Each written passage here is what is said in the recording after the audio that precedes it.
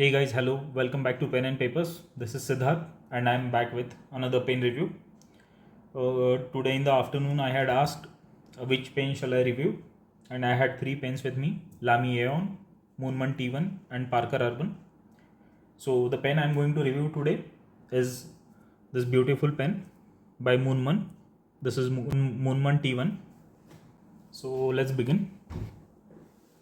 Uh, Moonman is a Chinese manufacturer and they manufacture their pens in China.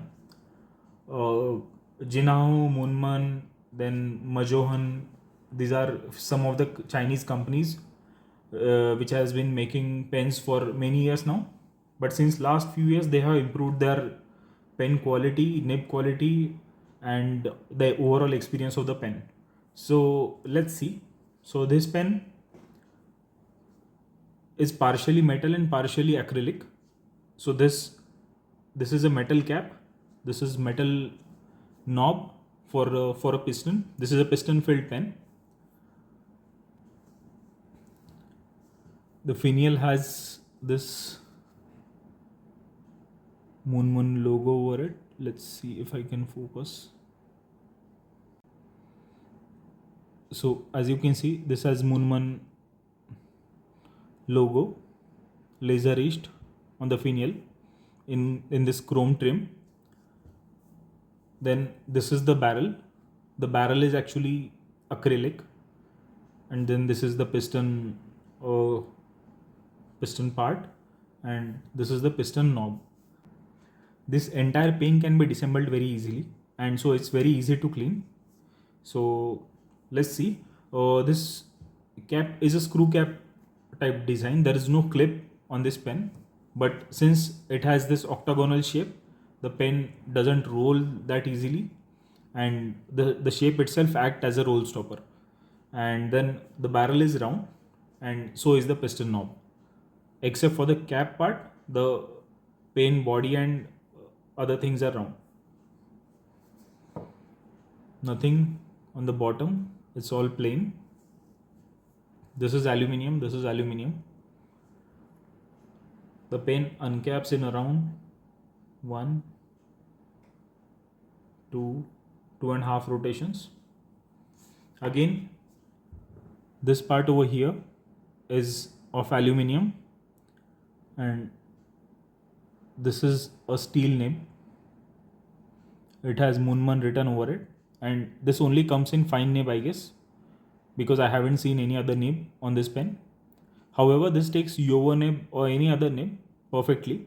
This is a friction type nib unit. This is a screw type nib unit, but you can friction fit Yovo nib into this unit. It has this plastic feed.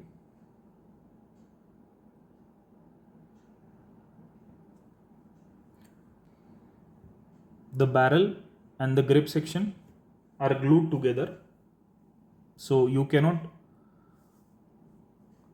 take apart this part from this part. This is glued together, so the entire body is like this. However, you can take out this piston. You just turn it clockwise. Once you open this piston, the pen is inked, so I won't be moving this piston too much, but let's see if I can show you there's this small screw type design.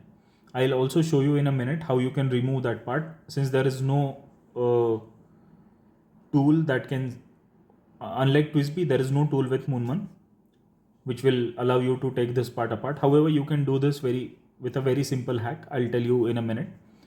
So once you unscrew this part, the piston goes up, and then you can just turn it clockwise to fill the pen up. The pen has a pretty decent ink capacity. It almost holds around 1.5 ml of ink, and since this is a fine nib, you can have a very good long writing session with this pen. The cap doesn't the cap posts, but the pen becomes unnecessarily long, and so I wouldn't recommend you using this pen posted, but if you want to, you can. it posts, but I won't recommend it, and it doesn't post that securely as well. It might scratch the piston knob, so I won't do it. Let's do the size comparison. This is Moonman. This is Pelican M205, and this is Twisby VAC 700. The pen is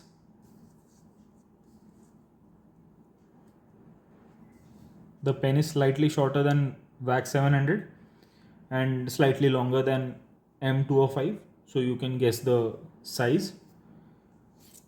It's not a lightweight pen, but it isn't heavy either.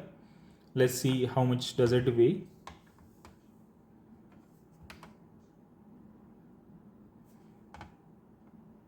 So this is an ink pen, and inked it weighs around 26 grams. So probably without ink it will weigh somewhere around 24 to 25 grams. Let's see how much is the weight without the cap.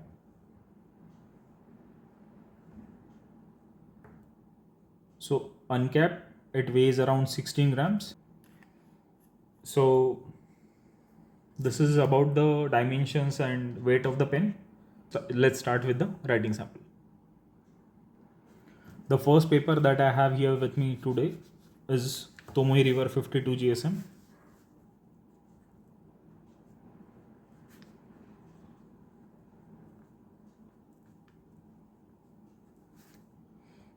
Pen is Moonman T1. The pen writes really well, and for a fine nib, this nib doesn't have much of a feedback that some of the fine nibs are usually bit on a scratchy side, or they do have some feedback, but this doesn't. This writes really well. However, when you're using it for reverse writing, it's somewhat scratchy, but I wouldn't recommend it. Now let's try it with some other paper sample. This is Cosmo Airlight 83 GSM.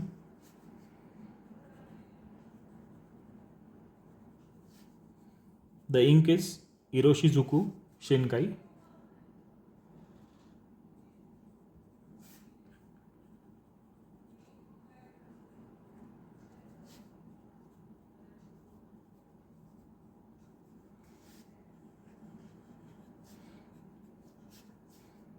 It isn't that wet. Since it's a fine nib, I don't expect it to be a wet pen.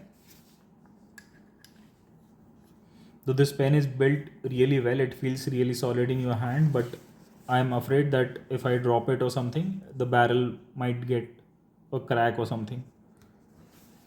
So as I said, you can easily disassemble this pen. However, there is no tool that comes with the pen, but the trick I have tried here, I'll show you.